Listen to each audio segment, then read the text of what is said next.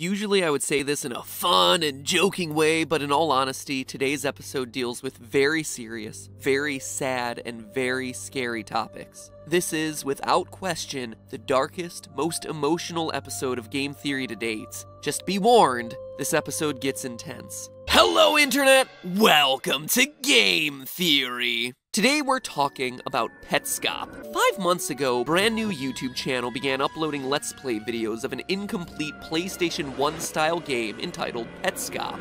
The person playing, we'll call Paul, since that's what he names his save file, simply says that Petscop is a game that he found, and that he's uploading videos of it to prove that everything he's been saying about this game is real. Our mission is to collect quirky little creatures called pets by solving puzzles. This area is known as the gift plane. In the first couple minutes, you can already tell that things in this game are a bit unsettling. Paul reveals that he found a note with the game telling the player to go to a specific room and punch in a code. As soon as he does this, the music cuts off. He leaves the building and we're suddenly no longer in the gift plane, but in some sort of underworld. This is where the true mystery of Petscop begins. The story the game is trying to tell is one that'll make you go cold. April 18th, 2000, Evergreen, Colorado. Born into an abusive home, Candace Tiara Elmore had been taken away from her family by social services at age 5. Separated from her younger siblings, Candace had been adopted by a middle-aged nurse named Jean Newmaker. With the adoption would come a new life for Candace, as well as a new name, Candace Elizabeth Newmaker. Jean reported that Candace exhibited severe psychological and behavioral problems. Jean decided to try an experimental new form of treatment, aimed at helping adopted children connect with their new parents, something known as attachment therapy. That Tuesday morning, as a part of her 2 weeks of treatment, 10-year-old Candace Newmaker was meant to simulate being born, as a means of helping her reattach to her new mother. As a part of this so-called rebirthing, 2 therapists wrapped Candace in a flannel blanket, covered her in pillows, then sat on her, along with 2 other fully grown adults. 70 minutes after wrapping this 10-year-old in a blanket and sitting on her, the 5 adults in the room finally decide that she can come out. She had passed out due to the lack of oxygen. She died later that day. Connecting the events of Candace Newmaker's story to the haunted game Petscop helps explain the core themes and disturbing imagery of this creepy web series. The first connection is that you are called Newmaker in the game. In one of the underground rooms, you find a device named Tool that answers the questions that you ask. When Paul asks, "Who am I?" it responds with Newmaker. When asked, "Where am I?" the answer it returns is under the Newmaker plane. So already we see a direct name connection. In Petscop Part 3, Paul finds a note. We have the mention of rebirthing, the same procedure that took Candace's life, but the name Tiara appears to be a direct reference to Candace Tiara Elmore, her birth name before being adopted by Jean Newmaker. This connection is further supported by a note found during Petscop 2. It reads, "Do you remember being born?" Question similar to what the therapists asked Candace before she was wrapped in blankets. Interestingly enough, when you ask that same question back to Tool, it responds with, "I am not Tiara." Again, reinforcing the idea of birth with Tiara, and implying that she does understand being born, or at least understands the concept of being reborn. The "I am not Tiara" can also be a reference to Tiara no longer being Candace's real name after her rebirth. She had been reborn as a Newmaker. It's also worth noting, in a huge piece of evidence supporting this theory, that the "Do you remember being born" note is found on the wall of a room that is clearly labeled as the Quitter's Room.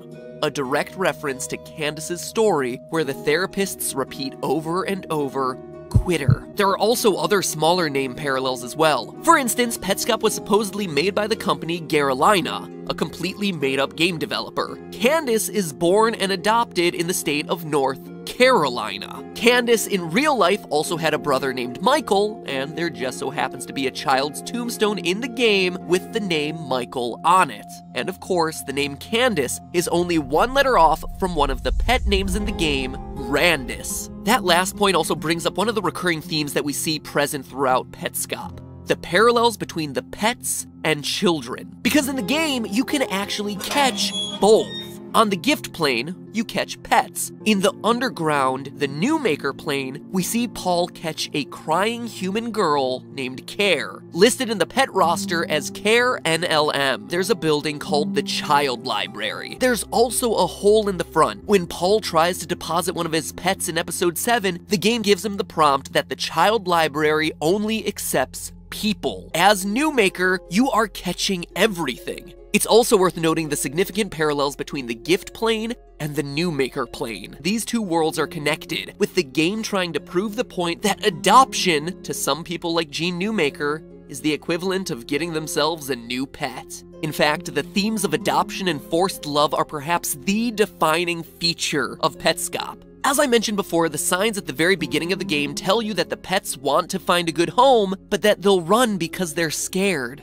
Your job is to show them love. Instead, you trick them, beat them, and trap them in order to catch them. And this is just like Candace and other children looking for adoption. They're looking for a good home, and although they're scared, through love and patience, they'll eventually learn love and trust their new parents. But just like Paul's character in the game, Gene Newmaker used violence to try and force Candace to love her. In fact, here's a quote from one of the websites covering the Newmaker story. She acted not like a mother, but an outraged consumer. She seems to have thought that when she adopted Candace, she had a right to a normal parent-child relationship. When Candace's natural bond with the mother she'd shown for her first 6 years persisted, Newmaker took Candace to Evergreen to be cured of it. End quote. This mentality is reflected through the recurring gift imagery present throughout the game. Both pets and children in Petscop are seen as gifts. The gift plane is where the player can find a pet to bring home. In the underworld, Michael's grave is in the shape of a gift box. The quote on his tombstone is that Mike was a gift. This parallels the real-life saying that a child is a gift from God, but it makes the child into a commodity rather than a person, and just like a gift, it promotes the idea that the child can be returned if it's defective. In Petscop, the little girl Care has 3 forms. Care A, a happy, healthy girl, Care B,